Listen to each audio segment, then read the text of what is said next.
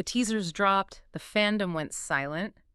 In an instant, the entire K-pop world was turned upside down. Oh, totally upside down. Right. One stage, one 3-minute performance, and suddenly the internet was just broken.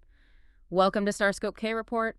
Join Eric and Minji as they ride the Hallyu wave, uncovering the biggest K-pop comebacks, shocking industry controversies, and major K-drama updates. From internet-breaking rumors to historic chart milestones, we dive deep into the world of Korean entertainment. Exactly. And today's deep dive focuses on a headline that has been, just dominating timelines across the globe, like literally everywhere.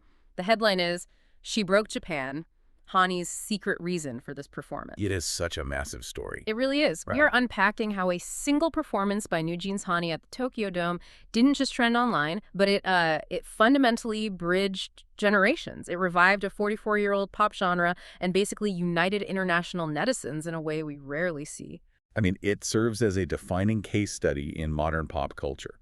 We're looking at this incredibly calculated intersection of, nostalgia, demographic strategy, and just pure star power. Yeah. It completely bypassed standard music industry marketing. Yeah, standard marketing went out the window here, and the sheer scale of the main event is probably the best place to start. We are talking about Bunnies Camp 2024 at the legendary Tokyo Dome. Over 91,200 fans.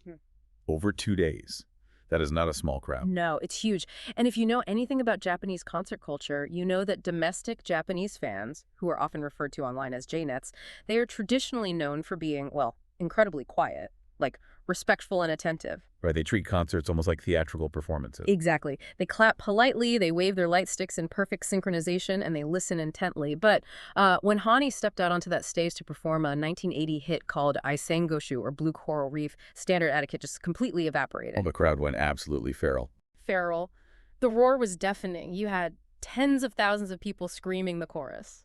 Which, that completely shatters the precedent for a K-pop group doing a solo fan meeting in Japan. To really understand the mechanics of that crowd reaction, we have to look at the historical weight of the original song. Right, because it's not just a random cover. No, Aoi Sangoshou is a literal cultural artifact. It was released in 1980 by the legendary Japanese singer Seiko Matsuda. It sold over 600,000 copies, right? And it effectively became the soundtrack to an entire era of Japanese history. The lore behind the original song adds so much weight to what Hanni did. To paint a picture for you of how ubiquitous Seiko Matsuda was, just imagine August 1980. She is scheduled to perform on a live music broadcast called The Best 10. Such an iconic show. Yeah, but she's not in a television studio. She is broadcasting live from the tarmac of Haneda Airport. Wait, like right on the runway? Right on the runway. Her flight inbound from Sapporo had just landed, and the airline actually delayed a commercial flight by 7 minutes just so she could sprint out, hit her mark on the runway, and sing this song live for the entire nation. That is insane. It stands as one of the most iconic moments in Japanese television broadcast history. Yeah. She is just standing there in this fluttering dress. You've got aircraft engines in the background, the wind blowing. Cinematic. It really captured the absolute zenith of Japan's golden era. Yeah. And, that brings us to the visuals of Hanni's tribute, because the agency didn't just, give her the song to sing. They engineered a complete transformation. Oh, the visual execution was striking. She stepped out with this short, bobbed hair, which the fandom had been speculating about for weeks. Yes, the timeline was losing its mind over the hair. They really were.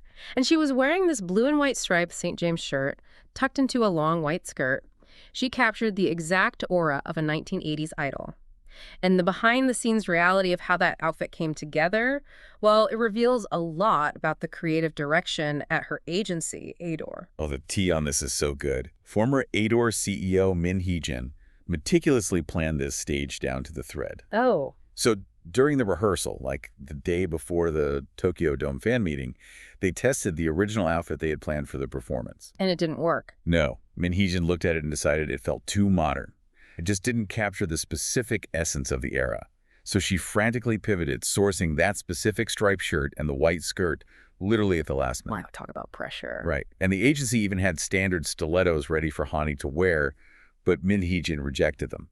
She argued they disrupted the Showa era aesthetic. She is so specific about those details. Extremely specific.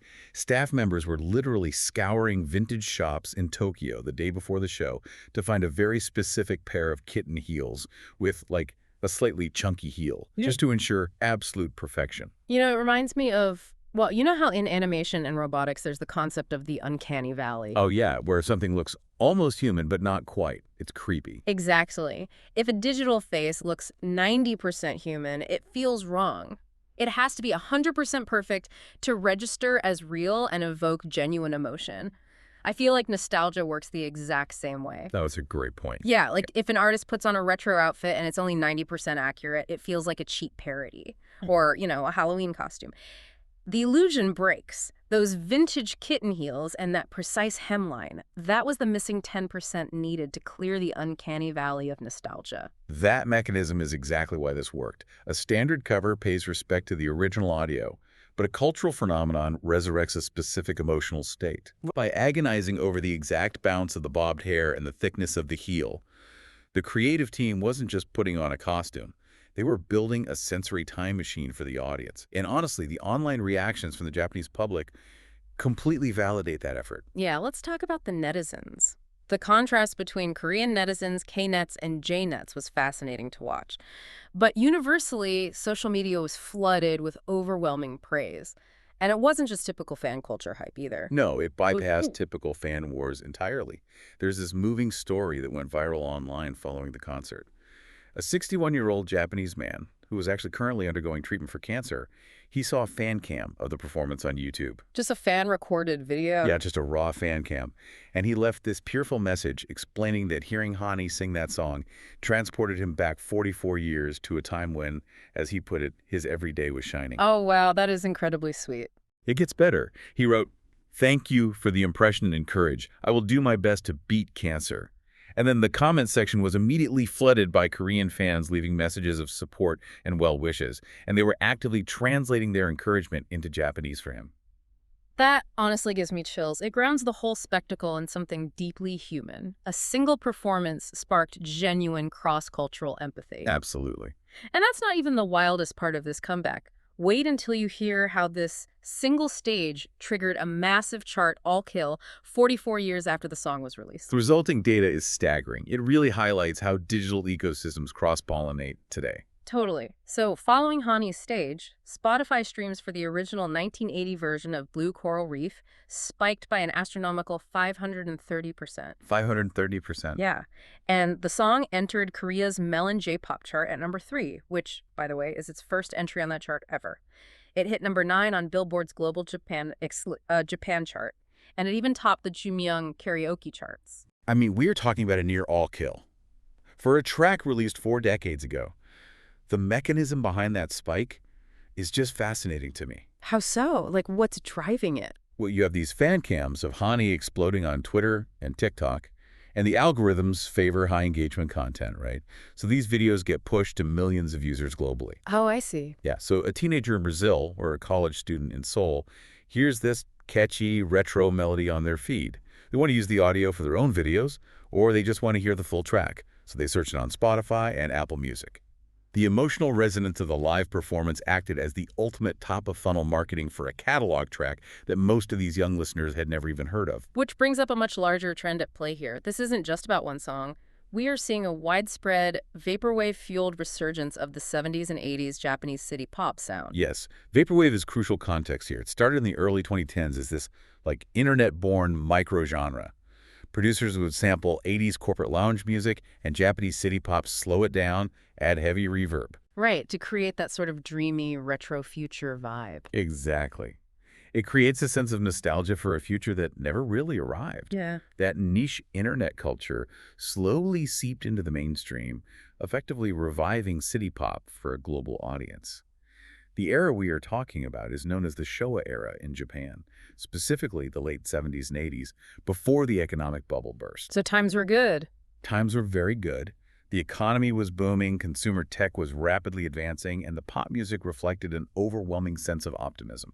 I think we really need to ask, though, why a teenager today, living in an entirely different country, feels nostalgia for an era they never experienced. I mean, think about the media you consume when you feel stressed or overwhelmed. You probably rewatch a comfort show from 10 years ago, right? Oh, 100%. Young people today, often called the Zelfa generation, that crossover between Gen Z and Gen Alpha, they're growing up in an era defined by economic anxiety, global pandemics, and constant digital overload. There's actually a term for that feeling. It's called anemoia, which means nostalgia for a time you've never known. Looking back at the Showa era provides a sense of analog warmth. The music is lush, it's melodic, and it's completely untainted by the anxieties of the 2020s. The agency recognized that psychological craving and literally built an entire Tokyo Dome set list around it. Hanni wasn't the only member doing this. Right, the curation extended to the rest of the group. We saw Heron covering Maria Takuchi's Plastic Love, which, if you've spent any time in music recommendation algorithms over the last 8 years, you know that song is the undisputed anthem of the city pop revival. Oh, fan-made videos pairing that song with retro anime visuals have tens of millions of views. That single track practically acted as the gateway drug to Japanese city pop for millions of international listeners. So true. And then you had Minji channeling a very specific cinematic aesthetic. She covered Vondi's Odoriko, invoking the visual style of early 2000s Shunji Iwai films. Think all about Lily Cho Cho.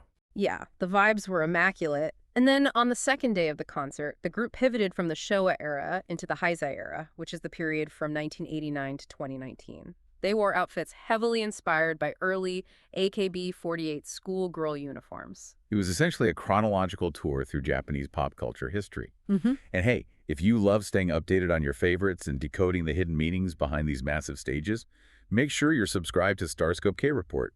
We've got even bigger scoops ahead, and we continually explore the mechanisms driving the Hallyu wave. Always digging deep. And we have to ask a thought-provoking question here. Is this just a case of a brilliant corporate agency utilizing a retro cut-up and remix strategy to guarantee virality, or is there a deeper psychological comfort the fandom is genuinely seeking from an era before they were even born? It really seems like a perfect synthesis of both. The agency knows vaporwave aesthetics are trending. I mean, that's just smart business.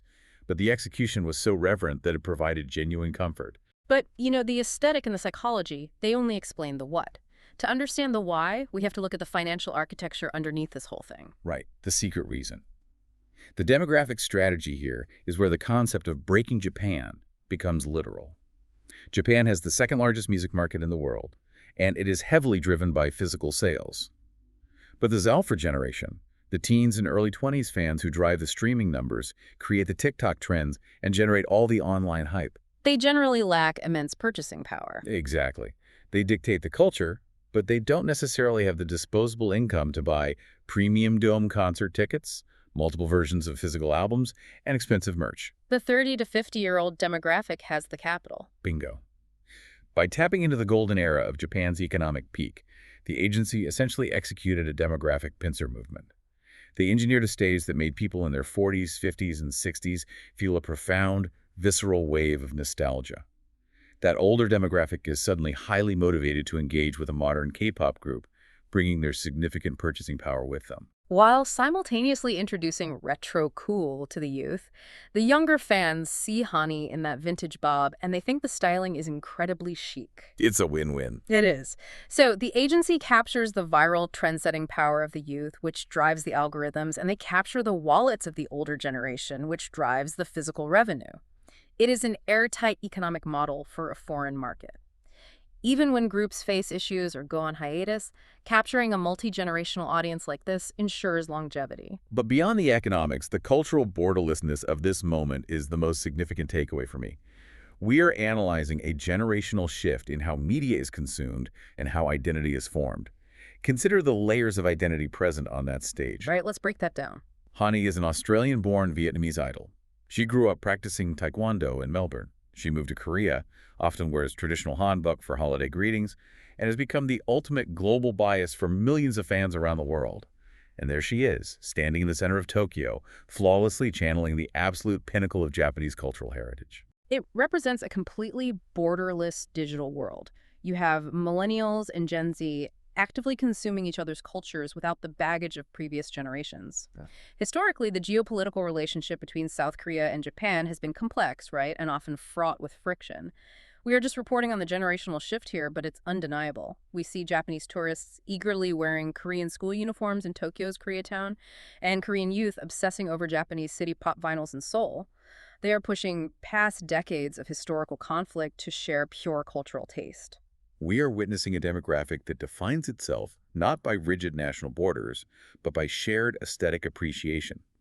While historical context remains important and obviously shouldn't be erased, this younger generation views culture as an open-source global language. Yeah, beautifully said. The fact that a Vietnamese-Australian singer in a Korean pop group can perform a Japanese song from 1980 and trigger a profound emotional response from a 61-year-old Japanese cancer patient, it illustrates the unifying power of calculated, deeply respectful homage. K-pop has evolved. It is no longer just a one-way Korean export. It has become a global medium that absorbs, reflects, and honors the cultural heritage of its international audience. If you want to keep exploring this borderless world of K-entertainment, hit that subscribe button so you never miss a KT update.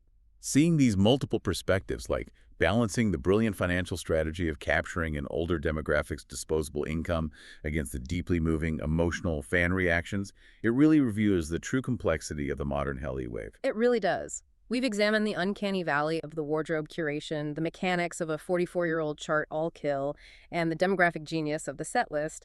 But there's a lingering thought I want to leave you with to mull over. Yo, what is it? If a 1980 Japanese pop hit can be weaponized by a modern K-pop group to unite generations globally, bridge historical cultural divides, and completely break the internet, what other forgotten cultural artifacts from the past are just sitting in the archives, waiting in the dark, ready to spark the next viral Hallyu wave sensation? I guarantee every entertainment CEO in Seoul and Tokyo is actively scouring those archives right now, looking for the next blue coral reef.